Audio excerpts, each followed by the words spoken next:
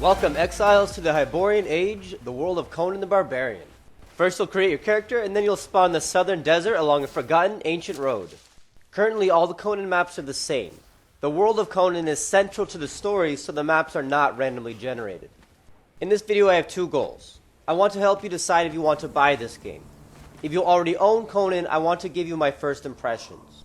My first read is that building a high level character and joining a clan will be king in this game. Now, you probably still will have fun solo, but you will miss out on some of the advanced gameplay. Let's say for this video that you want to start by yourself. The first thing you'll want to do when you freshly spawn is to move along the road to get out of the desert. Start leveling and collecting resources as you search for a place to settle. In Conan, bedrolls save a respawn location for you if you die. Be aware that the first tier fiber bedroll is only single use, so you need to make a new one every time you die. Try to get yourself some stone tools so you can harvest rocks and trees. Essentially everything you do in Conan earns you experience, from harvesting resources to killing enemies. Every time you gain a level, you earn the chance to unlock new recipes, which are required to craft more advanced items, and you unlock attribute points which make your character stronger. One of the great things about this game is how much there is available to you to build. The first few recipe sets unlock the ability to make bedrolls, stone tools, simple weapons, and basic tier 1 building structures. As you become more advanced, you can build things like the Wheel of Pain, which is straight out of the old Schwarzenegger Conan movies. The Wheel of Pain can be used to break the will of captives, so that they can become your slaves, called thralls in this game. If you become really advanced, you can build massive altars to the gods, where you can perform sacrifices that will actually summon the gods to destroy the castles and cities of your enemies. As I suggested to you, leveling in group play is king in Conan. And of course, that's not a bad thing, it just depends on what you're in the market for.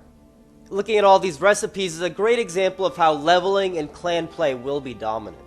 A level 10 player with a stone sword, no matter how good, will not defeat a level 25 player with a steel longsword. The largest religious altars that I mentioned are very expensive, cover something like a 5x5 area, and are hard to defend, and will therefore simply be out of the reach of solo players. Even medium and top tier iron and steel weapons take a lot of resource gathering, require several expensive and large buildings to obtain, and therefore it might also be a struggle for solo players to get these weapons. Now let's look at character building. As you level up, you can add points to your character in 7 areas. For example, strength allows you to deal more damage, vitality increases the size of your health pool, and encumbrance allows you to carry more items. You can imagine the advantage a level 15 player will have over a fresh spawn level 1. Again, I'm not saying this is a bad thing, but it's important to understand going into Conan. There are currently 3 tiers of building materials that you can construct your building foundations, walls, ceilings, and other sections from.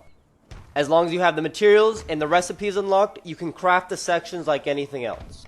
It's very cheap and easy to make tier 1 sandstone buildings, but currently sandstone buildings can also be demolished by steel weapons in seconds.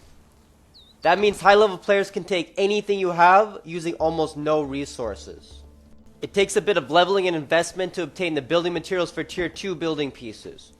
It's certainly not unobtainable for a solo player, but it will be quite difficult on a competitive server. One of the things that sets Conan apart from a game like Rust is the richness of the PVE features, or player versus environment features. There are lots of dangerous animals and NPC characters to challenge you. There are also lots of locations to explore, although these are very much incomplete at the moment. At the moment, Conan is still very buggy and laggy. You can see the lag as these enemies chase me. This makes combat pretty random at the moment, unfortunately. I also have gotten a lot of crash to desktop errors. This should inform your buying decision, obviously, but I certainly hope and expect that as the early access period continues, this will see some serious attention. Okay, now let me show you some combat. First, I'll eat a little food so I don't get hungry as I slay my enemies. To cook meat, you need a campfire. You just need to add wood and meat and turn the fire on. Conan also uses a crafting bench system that works very much the same for crafting advanced weapons and armor. If you want to build a steel weapon, for example, you'll need to build the right crafting bench, add steel and other materials, and then the bench will craft the item on its own. All of the benches and furnaces you will need to craft advanced items will take up some space, and will be harder, therefore, to protect. Again, this makes things a bit harder for the solo player. Hunting is pretty straightforward. When you kill animals or humans, you can hit their corpses with a tool and harvest meat. Wild creatures can be quite dangerous and become stronger as you move away from the initial spawn area, the desert. Now that I'm quite the Amazon warrior, a worthy consort to Conan himself, I'm going to take my revenge on those people who chased me earlier.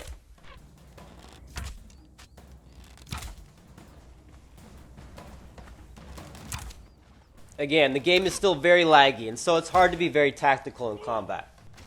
Another thing you'll notice is how much damage your enemies and yourself can take before being killed.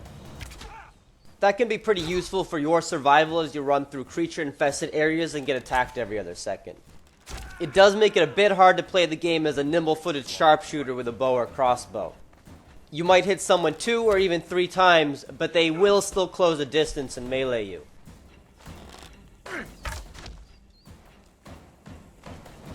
I'm going to close by turning God mode on and charging headfirst into an NPC enemy encampment. I'm leaving the lag in to make the point one more time that this is early access and it is lagging. Notice a couple things as I do this. Notice first how Conan really is much more than a PvP game.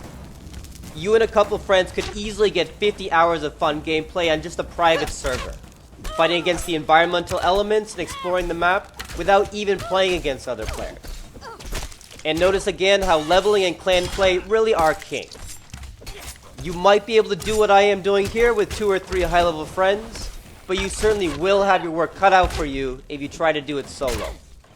Camps like this one also have valuable loot. For clans who can build nearby and regularly massacre the locals, there's going to be a competitive edge. You'll see in a second how I find a box full of valuable iron ore. I'll let the video play as I conclude. Conan is a lot of fun, and it has a very rich PvE world. If you play in a competitive server, high-level players and clans will dominate and will make life hard for the little guy. There are some servers out there without the clan features though. You can also play single player and just battle the environment. The game is currently quite buggy and laggy, but if you're intrigued by what you've seen, it should be worth your $30 to join the early access adventure. Thanks so much for watching, make sure to subscribe for more Conan.